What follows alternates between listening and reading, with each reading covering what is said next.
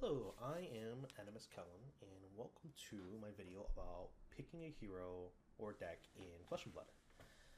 So my experience with that was kind of annoying in the sense that I didn't really know how to pick at the time. Ultimately, the answer is to pick what you find either fun or interesting, because at the end of the day, you want to make sure you're playing something that you want to play. For whatever reason, whether you want to have fun, whether you want to have a good chance in the meta, whether you think the thing is cool, right? I know when I first played Flesh and Blood, it was during Everfest, when Everfest came out, and I got a case of that. And it was suggested to me that I should play Briar because it would teach me the game in such a way that I would understand a lot of how everything works in terms of how rune chants work, how elemental tokens work, how to use my equipment effectively, and other cards, right? Like my attack actions, defense reaction, everything, right? Um, I didn't have fun with Briar, so that didn't really keep me staying in the game for too long. So what I ended up I just kind of stopped playing for a little bit, and then when I got back into it, I played Rangers. I played Azalea with Outsiders, a little bit before Outsiders came up with the support, which was nice, right? And that's just because I like the idea of an archer. I like archer archetypes, whether it's in like games like Skyrim or anything like that, fantasy based. And so I played Azalea for a bit, and I did okay. I mean, I don't think I did anything crazy, but during the Outsiders drafting format that we had, that was probably the first time I did anything pretty good. I think I got second, and I got a lot of packs out of that, which was cool. And I had a lot of fun, and I was able to kind of do good in that format because I understood the character, and I liked the character, right? And I think because everybody was going for assassins during that time, everybody was going with like Arachne, Solitaire or something like that. It's not Solitaire, something like that, right? Where Stealth Gogan or like Young Azuri. It wasn't. It was nobody was playing Azalea. So I was able to benefit a lot out of a lot of the Rangers cards people weren't picking, and understanding how to trigger my dominate effect with things like Ravenous Rebel. So that was nice, right? And now I'm playing Assassins. And that's just because I feel like Assassins just give me the ability to have a wider range of options on how to play the game, and which is generally what I like, right? I think the hard thing about as a non TCG player to pick a deck or pick a character for that matter in a TCG game is because I usually play fighting games, right? I'll play Smash Bros, which isn't really a fighting game depending on who you are. Uh, but it was kind of hard for me to figure out what kind of playstyle I'd like because I played Sheik, right? And I played character, and I played the character not really in a campy way or in a way that I'm kind of hoping my opponent approaches me the whole time. I'm playing more aggressively. I am moving around more and trying to call out my opponent's specific options and being in a position to punish my opponent when they are out of position or where they're going to make an option that I have chosen, right? Um, but I don't know how to relate that into like a TCG in the sense like I remember somebody looked at Sheik, right? And they said, "Oh, I think you would like control." I don't like control. I don't like control at all. I think control is one of the archetypes I can talk about it for a while, and I'm not going to right now. But I don't like control, and I just don't see Sheik like that, or in the way that I played it at least, to be in that way. I wanted to play something more aggressive, and I feel like Azuri in that way can be more aggressive. So that's why I ended up picking Azuri because Azalea is aggressive in the sense that she can go really tall, uh, but I just really don't see that panning out in like a way that's going to be very impactful. Maybe I'm wrong, right? I'm still new to the game and I don't know too much as well. So, how does somebody who hasn't played Flesh and Blood choose a character, right? So we have here. Oh, don't look at that. Uh, and if you are new, you can go to February.net. So February.net, let me go ahead and pull that up for you.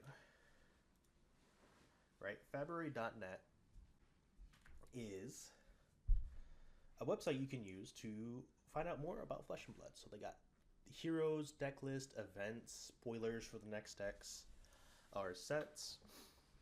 And there's a lot of heroes.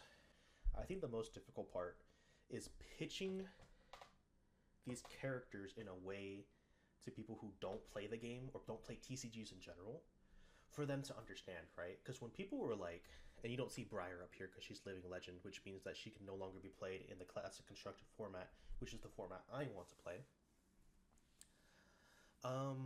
People were like, you should play Briar, right? Skill floor, very low. Skill ceiling, medium to low. Aggressive, very setup heavy. There was a lot that Briar could do. However, I didn't have fun with Briar again. And I felt like if I played something like Lexi at the time, let me pull up where Lexi is, if Living Legends is still here. Lexi. I think if I played Lexi, I think I would have had way more fun. Maybe consider playing more. So ultimately what I'm trying to get here is that if you are new to the game and you're looking to figure out what characters to play, you can take your friend's advice and pick a hero that they recommend. But ultimately for me, personally, I would always just choose what you feel like might be the best thing for you, right? But again, to the point that I was talking about, pitching the heroes or pitching decks to newer players that don't really play this game like that, it's really difficult to do because you can explain what control is, but it's hard for non-TCG players to understand what control is like in a card game unless they are familiar with it to some extent, right? I think Yu-Gi-Oh! Is a good way to be familiar with it, that most people are aware of, right? But for somebody that just plays fighting games, control is a little... Like, again, my friend that suggested or saw me play Sheik saw it more as a control character because of how disruptive Sheik can be. It's just always an interpretation thing, you know what I mean? And I think that's hard to really get your message across on that. So I ended up picking Azuri, and now I gotta build a deck for her. But that's kind of hard, right? Like, remember when I talked about choosing a hero? Let me make sure I can menu correctly here. Let's look at Azuri, right? She does have results, right? Pro Tour Amsterdam. That was a pretty cool event. I watched it. It was really hype. However, this doesn't have all the new cards in the set, in the recent set for the Hunted. And if we look at the recent calling that happened, Memphis calling, I think Arachne, I can't read this for some reason. One of the new Arachnes doesn't have a tournament deck, even though they made top 8. I think they got like 5th and 8th, and they don't have a deck to really work off of. And you can look at most played decks, which is just based off the simulator Telstar.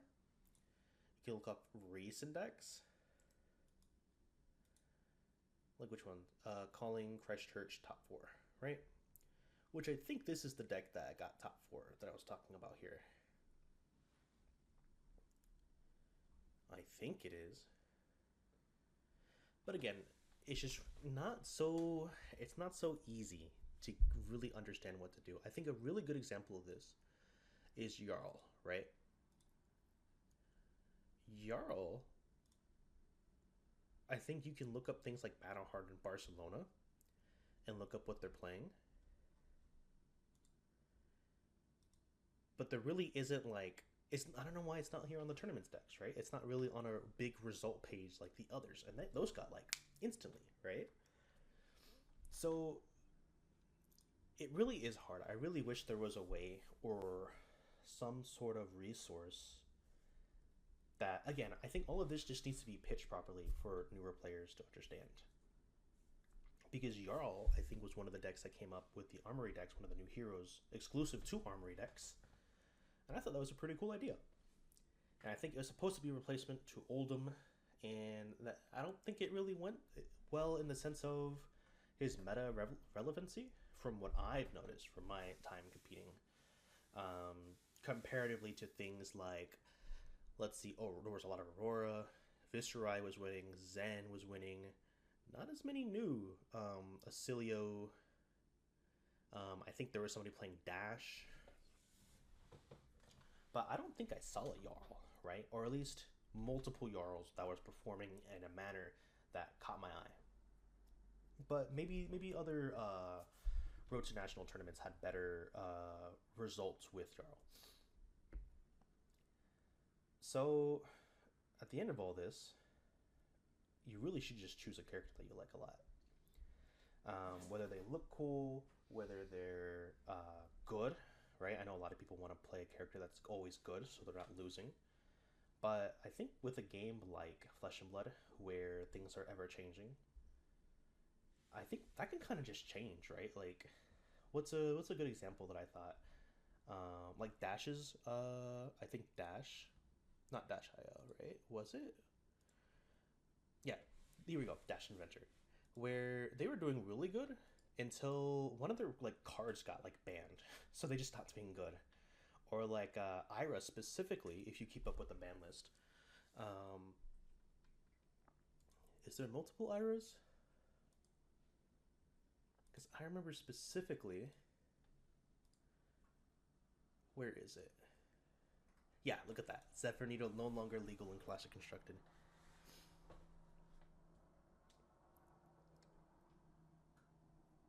So Zephyr Needle was actually banned in Classic Constructed. You can still use it in Blitz, but I think Ira is no longer allowed in Blitz.